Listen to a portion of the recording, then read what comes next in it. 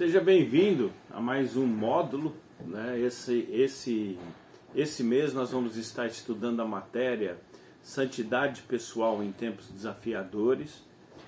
E porque, né, acrescentamos esse termo Tempos Desafiadores? É justamente porque em cada época, né, não importa, você pode olhar a história como um todo, nós temos vivido tempos desafiadores. E com certeza, essa aula está sendo gravada em outubro de 2021, nós estamos definitivamente vivendo tempos desafiadores, muita coisa nova num certo sentido. É a velha coisa, mas com roupagem muito mais nova e muito realmente desafiadora. Mas vamos voltar para a santidade, né? Esse é o tema central do que nós vamos estar estudando aqui. Nesse módulo eu queria começar com uma citação de Oswald Chambers. Ele foi um pastor, ele foi missionário, e ele disse uma coisa muito interessante. Ele fala que o propósito do ser humano não é felicidade nem saúde, mas a santidade. Deus não é uma máquina eterna de bênçãos para o homem. Não veio simplesmente salvar a humanidade do inferno. Ele veio salvar o homem porque o criou para ser santo. Então, com essas palavras, eu quero, nessa introdução, na verdade, como é a aula 1, eu quero estabelecer alguns princípios básicos, simples, mas que eu creio que vai abrir o nosso entendimento para o que é realmente santidade.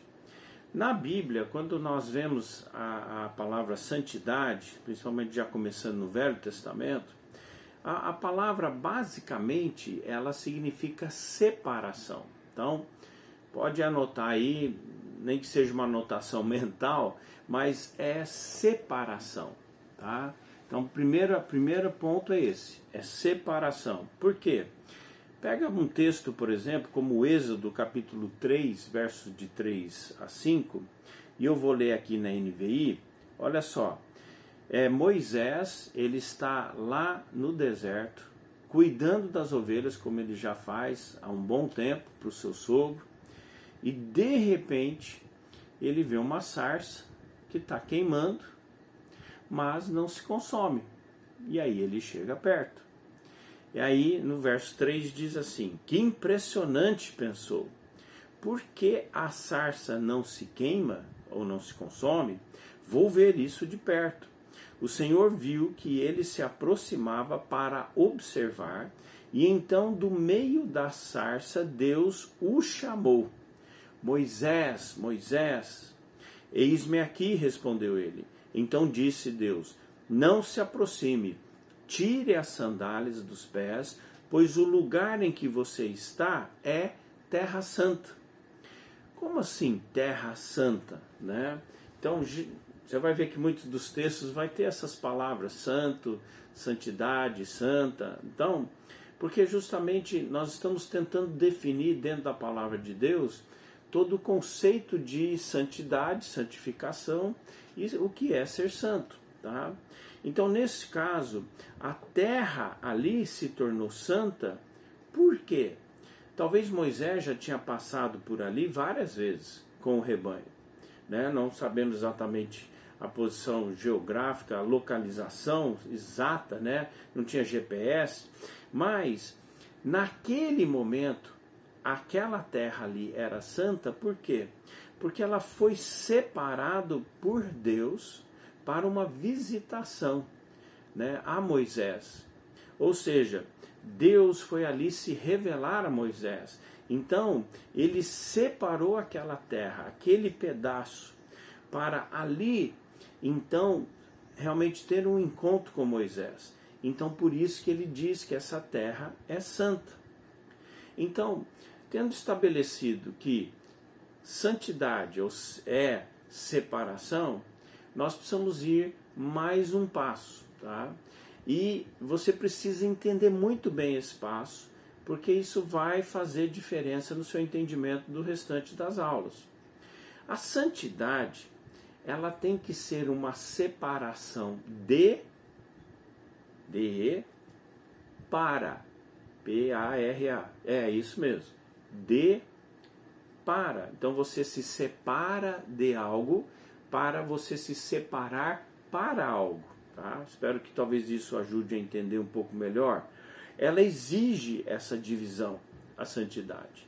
Essa separação de uma coisa para ser separado para outra coisa é o ciclo completo da separação, da santidade, de ser santo. Tá? Por exemplo, eu estava lendo um livro e ele deu um exemplo de o sacerdote um dia estava saindo de casa e lembrou que precisava de uma colher lá no templo. Então ele pega a colher lá na cozinha. Então nós não podemos dizer que essa colher é santa no critério de separação. Por quê?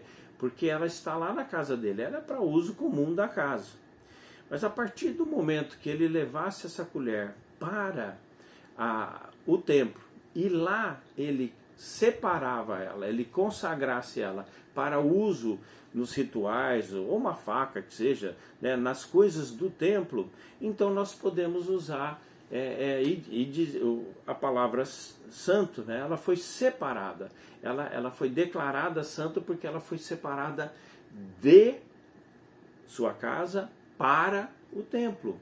Então, essa ideia é o que realmente precisa entrar no seu entendimento. A natureza da colher em si não mudou para torná-la santa. Foi somente a separação de um lugar, a casa, para outro, o templo, que tornou ela santa, separada para um propósito. Então, esse é uma terceira ponto, né? Santidade, ser santo é separação de para, tá? Mas tem que ter um propósito, tá? Então, grava isso, medita sobre isso, anota isso, deixa isso começar a entrar no seu coração. Por quê? Porque nós vamos ver no decorrer das aulas que santidade, ela exige, vamos usar a palavra desconexão, ela exige uma desconexão, sim, por quê? Porque é de algo para algo, né? Então, ela tem que se desconectar de e levado para, tá? Eu acho que deu para entender. Então, mas vamos pensar assim, qual que seria um exemplo prático na vida de um crente?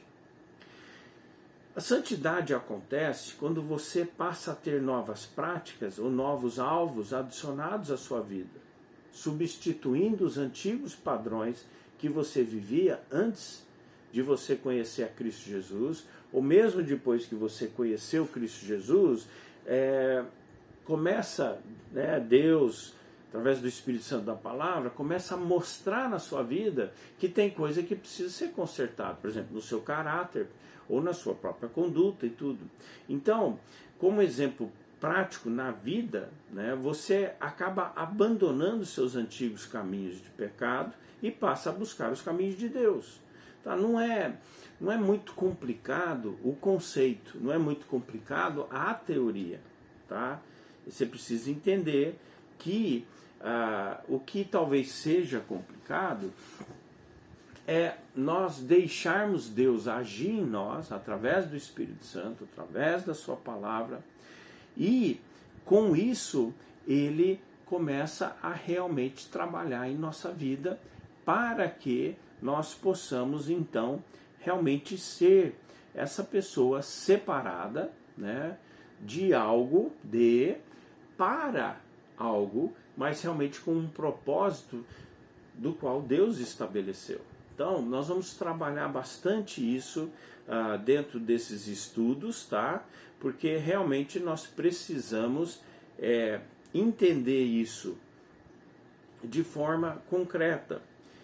Se você está com a sua Bíblia aí, abre lá em 2 Timóteo, capítulo 2, verso 22. Aqui, Paulo está dando um conselho para Timóteo, tá? Paulo já é um homem, né, já mais maduro, já, né, possivelmente já chegando na boa idade, terceira idade, sei lá como é que chamam hoje. E Timóteo é um jovem, talvez 30 anos, né, e Paulo possivelmente com 60 pelo menos. Então tem uma diferença aí. Então Paulo está dando conselhos para alguém que ele considera também seu filho na fé, né? Foi Paulo que tirou Timóteo, né? Levou consigo Timóteo da casa da sua mãe, da casa da sua avó, porque a Bíblia só cita a mãe e a avó, e passou a levá-lo, né, para fazer parte da equipe missionária, né? E ele viajou com Paulo, depois ele acabou assumindo a igreja em Éfeso. Então, ele está dizendo aqui em 2 Timóteo, que também é um dos últimos livros que ele escreveu antes da sua morte.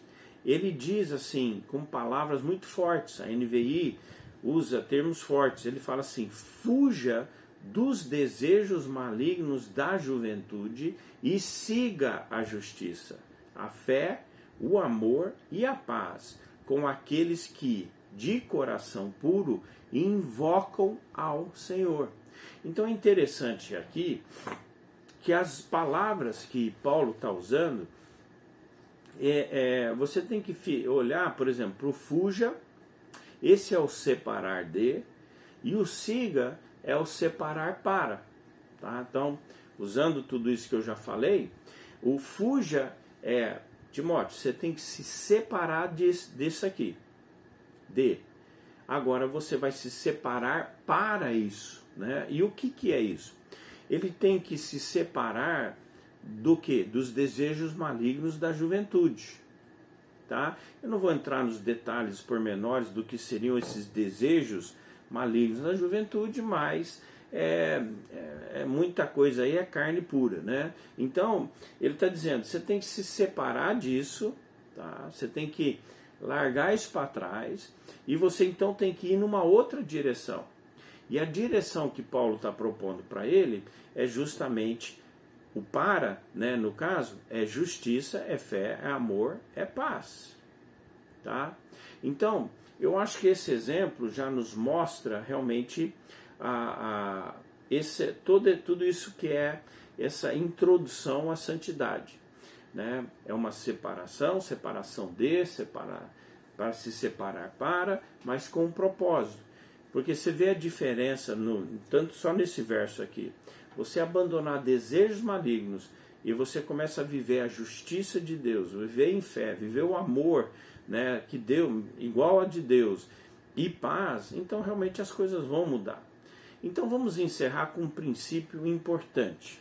Tá? Então eu quero que você grava isso como um princípio, né? É um princípio importante. A santidade bíblica é definida pelo Senhor e por sua revelação. Por que eu estou falando isso? A santidade, a separação bíblica, né, a separação para, é definida pelo Senhor e por sua revelação a você. Em outras palavras, Deus quer te guiar no que você deve separar-se de, para também te guiar no que você deve separar-se para. Então, quando você começar a entender aqui nessas aulas que você realmente precisa ser santo, você precisa andar em santidade, e você entende então que a separação é porque tem coisas na sua vida que você tem que realmente se desligar daquilo, é o mas você tem que caminhar, você não pode só se desligar, você tem que caminhar para um outro lado, então você vai buscar e deixar em Deus, através da ação do Espírito Santo e da sua palavra, então você vai deixar Ele fazer isso. Por quê? Tem um princípio, um segundo princípio, que é que Jesus contou uma seguinte história. O demônio estava lá, né, na pessoa, ele se referiu a ela como uma casa, ele foi expulso de lá, aí a casa foi limpa, foi ornamentada, mas ela ficou vazia. O demônio deu uma volta, quando voltou para essa casa que ele já tinha habitado, mas ele vê a casa vazia, o texto diz que ele volta 7 vezes pior. Então, não se esqueça que a obra completa da separação para a separação, para,